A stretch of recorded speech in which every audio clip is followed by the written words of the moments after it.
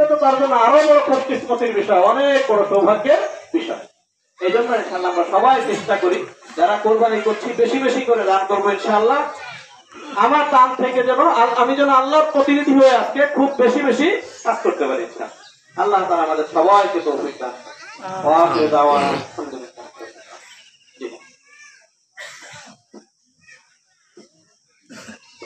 বিসমিল্লাহির রহমানির রহিম। সম্মানিত উপস্থিতি, গোপালপুর সদর তারা এখানে উপস্থিত হয়েছেন। আমরা গত রমজানের একটা কমিটি ঘোষণা করে দেওয়া হয়েছিল, উন্নয়নমূলক কাজের জন্য একটা কমিটি ঘোষণা করে দেওয়া হয়েছিল।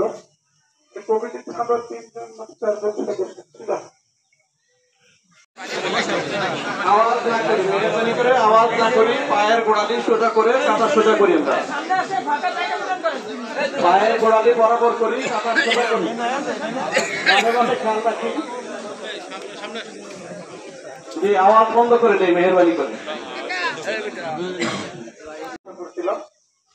সময় সীমিত হওয়ার কারণে মাত্র 2 মাস, এই 2 মাসের ভিতরে সম্ভব হয় নাই। এই জন্য আমি আন্তরিকভাবে দুঃখিত। আজ সময় 8টা হয়ে গেছে, এটা আমাদের কথা ছিল আমাদের 8টায়।